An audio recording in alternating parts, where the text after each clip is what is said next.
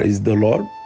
ఈ ఉదయకాలమందు మీ అందరికీ కూడా శుభములు తెలియజేస్తూ ఉన్నాను. ఈ మంచి ఉదయమును బట్టి మొదటిగా మనం దేవుని స్తుతించవలసిన వారమై ఉన్నాం. మరలా ఈ రోజు నుంచి వారం స్టార్ట్ అవుతుంది. మన ఉద్యోగాలు, మన వ్యాపారాలు, మన చేతి పనులు, డ్యూటీలు ఇవన్నీ కూడా మరలా ఈ రోజున స్టార్ట్ అవబోతున్నాయి. కనుక దేవుని సన్నిధిలో మనం ప్రార్థించవలసిన వారమై ఉన్నాం. ఈ వారానికి కావలసిన శక్తి కోసం, జ్ఞానం కోసం, ఆరోగ్యం కోసం, కాపుదల కోసం. కనుక ఈ దినము దేవుని మాటలు విని మనం ఈ దినాన్ని ప్రారంభించుకుంటే చాలా ఎంతో దీవెనకరంగా ఉంటుంది. రోజంతా చాలా హాయిగా, చాలా ప్రశాంతంగా ఉంటుంది దేవుని మాటలు వింటూ ఉంటే. ఎప్పుడూ కూడా మన జీవితంలో దేవుడు చేసిన మేలును, మనుషులు చేసిన సహాయమును మనం ఎప్పుడూ కూడా మర్చిపోకూడదు. ఒకసారి ఒక రైతు పని చేసుకుంటూ ఉంటే ఏ అరుపులు వినిపించాయి. అటుగా వెళితే బావిలో ఒక బాబు అరుస్తున్నాడు. వెంటనే దూకి బాబును రక్షించాడు ఆ రైతు. బాబుకు ధైర్యం చెప్పి ఇంటికి పంపించేస్తాడు ఆ రైతు. మరుసటి రోజు ఒక పెద్ద ఆయన ఖరీదైన గుర్రపు బండిపై రైతు ఇంటికి వస్తాడు. అప్పుడు ఆ రైతు అంటాడు, ఎవరు కావాలండి మీకు? మీరెవరు అని అడుగుతాడు. మీరు మా బాబు బావిలో పడిపోతే రక్షించారు, మీకు సహాయం చేద్దామని నేను వచ్చాను, కాస్త ఈ ధనం తీసుకోండి అని చెప్తాడు ఆ పెద్ద ఆయన, ఆ ధనవంతుడు ఈ రైతుని. అప్పుడు రైతు అంటాడు, నేను ప్రతిఫలం ఆశించి చేయలేదండి. ఒక వ్యక్తి ఆపదలో ఉంటే చేతనైనంత సహాయం చేశాను. మనిషిగా అది నా ధర్మం అంటాడు. ఇంతలో ఇంట్లో నుండి రైతు కొడుకు వస్తాడు.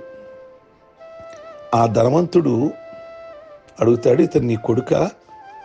ఏం చదువుతున్నాడు అని అడిగితే రైతు అంటాడు, చదివించే స్తోమత లేక నాతో పొలం పనులు తీసుకొని వెళ్తున్నానండి. వాడికైతే చదువుకోవాలని ఉంది కానీ అంత స్తోమత లేదు నాకు. అప్పుడు ధనవంతుడు అంటాడు, నా మాట విను, నీ కొడుకును పెద్ద చదువులు నేను చదివిస్తాను. నా కొడుకును కాపాడిన రుణం తీర్చుకుంటాను. దానికి రైతు ఒప్పుకుంటాడు. సరేనని ఆ రైతు కొడుకుని ఆ ధనవంతుడు ఇంటికి తీసుకుని వెళ్తాడు. ఆ రైతు కొడుకుని ఆ ధనవంతుడు కొడుకు ఇద్దరు గొప్ప చదువులు చదువుకుంటారు. ఇద్దరు గొప్పవాళ్ళు అవుతారు. కొంతకాలం తర్వాత ఆ ధనవంతుడు కొడుకు ఒక అంతు తెలియని వ్యాధి వచ్చి అందరూ డాక్టర్లు పరీక్షించి చేతులు ఎత్తేస్తారు, ఇంకా మేము అతను బ్రతికించలేమండి అని.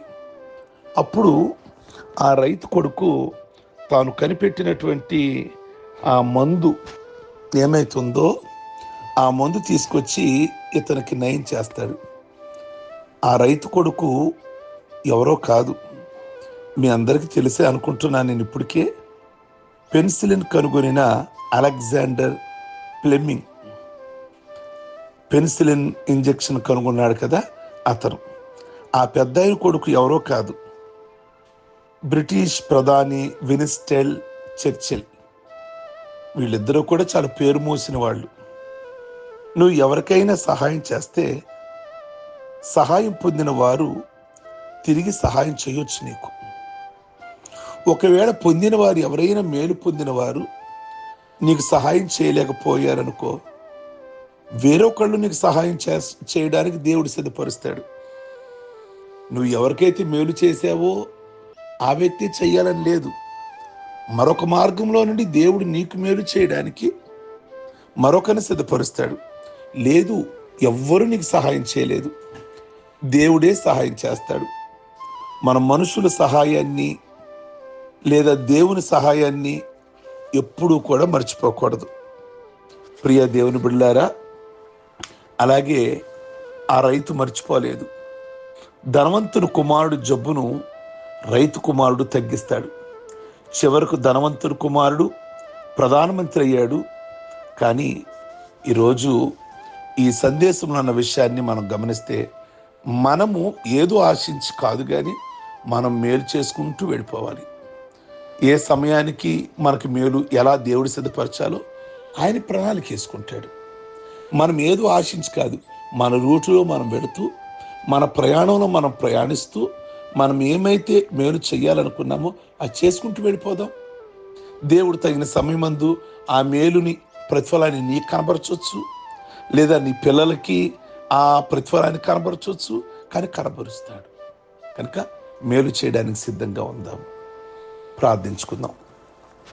సర్వశక్తి కలిగిన మా ప్రభువా, ఈ ఉదయకాలమందు మనుషులు చేసిన సహాయమైన, దేవుని చేసిన సహాయమైన మేమెప్పుడు కూడా కృతజ్ఞత కలిగిన భావాన్ని మేము ఉంచుకోవడానికి కృప దయచేయమని ప్రార్థిస్తున్నాం.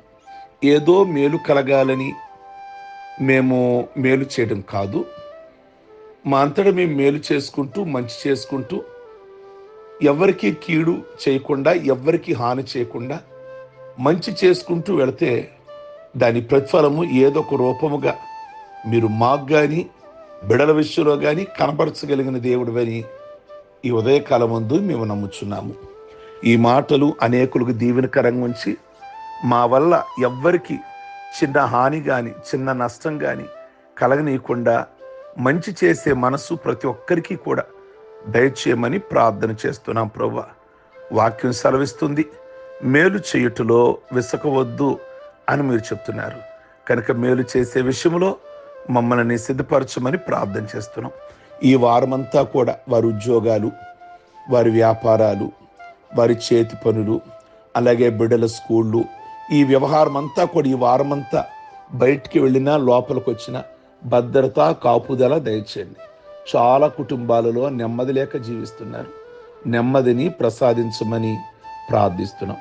ఎవరి గృహములో ఏ విధమైన లోటున్నా క్రీస్తు మహదైశ్వర్యం చొప్పున ప్రతి అవసరమును తీర్చగలిగిన దేవుడివి మీరు ప్రభువా.